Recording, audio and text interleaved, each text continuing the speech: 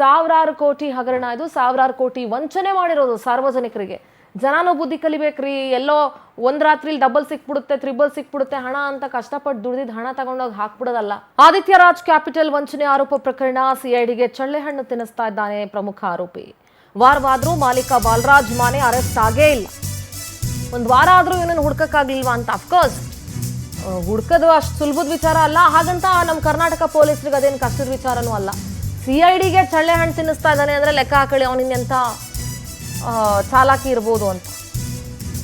ಬೆಳಗಾವಿಯಿಂದ ಮುಂಬೈ, ಅಹಮದಾಬಾದ್ಗೆ ಹೋಗಿದ್ದಾನೆ ಆರೋಪಿ. ತನಿಖೆ ಚುರುಕುಗೊಳಿಸಿರುವ ಸಿಐಡಿಯ 3 ಪೊಲೀಸರ ತಂಡ ಅವನಿಗೋಸ್ಕರ ಹುಡುಕಾಡ್ತಾ ಇದ್ದಾರೆ. ದಾಖಲೆಗಳ ಪರಿಶೀಲನೆ, ಆನ್ಲೈನ್ ಡಾಟಾ ರಿಕವರಿಗೆ ಇನ್ನೂ ಯತ್ನ ನಡೀತಾ ಇದೆ.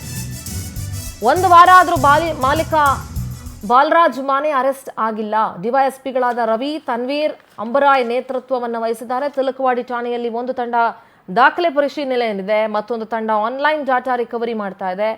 ಮತ್ತೊಂದು ತಂಡದಿಂದ ಆರೋಪಿಗಾಗಿ ತೀವ್ರ ಹುಡುಕಾಟ ನಡೀತಾ ಇದೆ. ಸಾವಿರಾರು ಕೋಟಿ, ಇಟ್ಸ್ ಅ ಸ್ಪಾನ್ಸಿ ಸ್ಕೀಮ್. ಸಾವಿರಾರು ಕೋಟಿ ಹಗರಣ ಇದು, ಸಾವಿರಾರು ಕೋಟಿ ವಂಚನೆ ಮಾಡಿರೋದು ಸಾರ್ವಜನಿಕರಿಗೆ. ಜನನೂ ಬುದ್ಧಿ ಕಲಿಬೇಕ್ರಿ. ಎಲ್ಲೋ ಒಂದ್ ರಾತ್ರಿಲಿ ಡಬಲ್ ಸಿಕ್ಬಿಡುತ್ತೆ, ತ್ರಿಬಲ್ ಸಿಕ್ಬಿಡುತ್ತೆ ಹಣ ಅಂತ ಕಷ್ಟಪಟ್ಟು ದುಡಿದಿದ್ದು ಹಣ ತಗೊಂಡೋಗಿ ಹಾಕ್ಬಿಡೋದಲ್ಲ. ಸ್ವಲ್ಪ ಯೋಚನೆ ಮಾಡಿ ಇನ್ವೆಸ್ಟ್ಮೆಂಟ್ ಮಾಡಿ. There are other so many registered and trustworthy organizations to invest your money.